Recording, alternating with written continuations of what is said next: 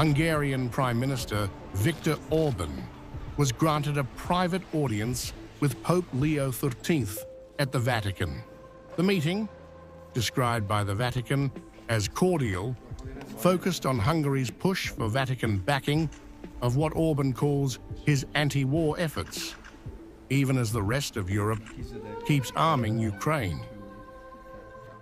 There is a secret war-fighting network in the world, if I may say so. I'm talking about a network of leaders who are known to everyone, and especially to each other, that peace is the most important thing for them.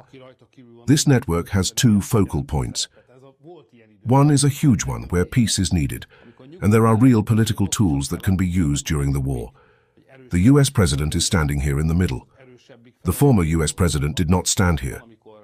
And there is a spiritual focal point of this network, where the war-fighting politicians get energy, motivation, commitment, dedication and courage over and over again. And this is here in the Vatican with the Holy Father. Orban's Vatican outreach comes as the Budapest Peace Initiative, meant to host a face-to-face between Presidents Trump and Putin, has been postponed indefinitely.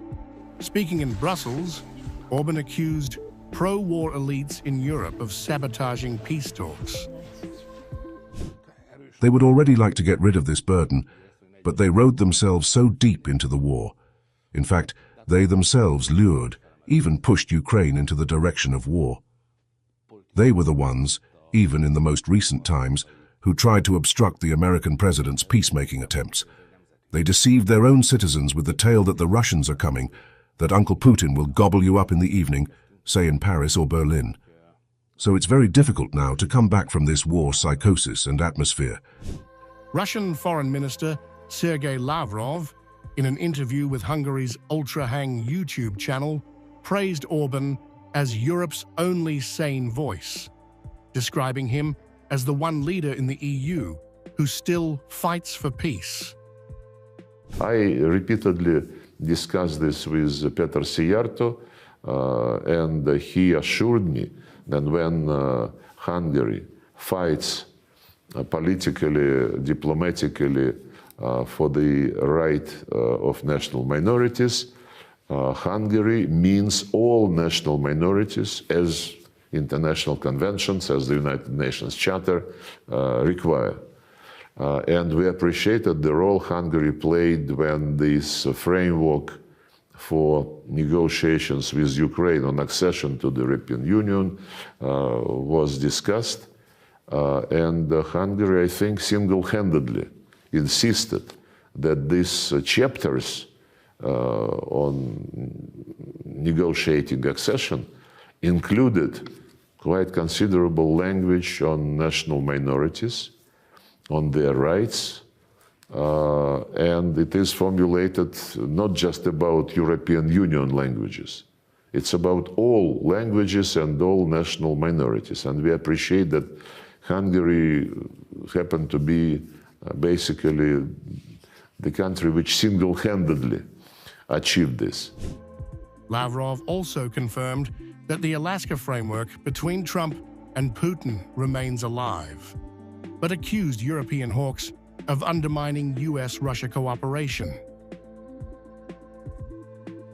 And so there are enough people who are not very polite and who impose themselves upon Washington politicians and use each and every means to undermine the process which could have achieved its goals some time ago.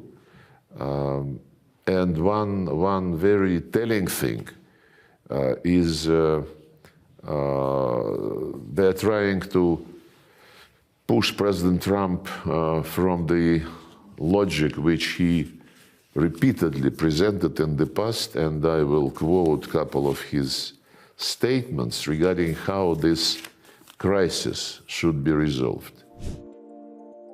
Back home, Orban has warned that Europe's economy cannot survive endless war. He argues that the EU's sanctions and weapons spending have crippled growth, calling for an end to pro-war hysteria. Yes, it's that simple. If there were peace, then the Eurozone's economic outlook, Europe's economic outlook, the possibility of growth would not be 1%, but 3 or 4. If there were no sanctions, if we didn't spend our money on war in Ukraine, if economic cooperation with the Russians were restored, the European economy, including Hungary's, would be in a completely different situation. If there's war, there's no development. If there's peace, there's development. It's that simple. Despite EU criticism and funding cuts, Orban continues to defy Brussels, now backed morally by the Vatican and diplomatically by Moscow. Hungary, he insists, won't join what he calls Europe's suicidal war chorus. The European People's Party determines the Hungarian opposition's politics. These parties are told what to say. Their masters in Brussels want war. The only grouping in Europe that stands for peace and against war is the Patriots. The People's Party and the Socialists, they are the ones who continue the war. They don't want to come down from the war line. Only we, Hungarians, want peace here. As the Trump-Putin peace summit hangs in uncertainty, Viktor Orban is building his own coalition of conscience, one that now runs through Moscow and the Vatican.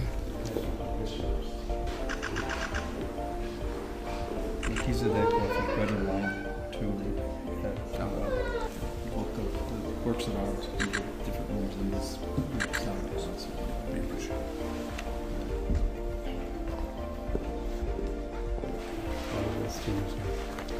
Thank you so much.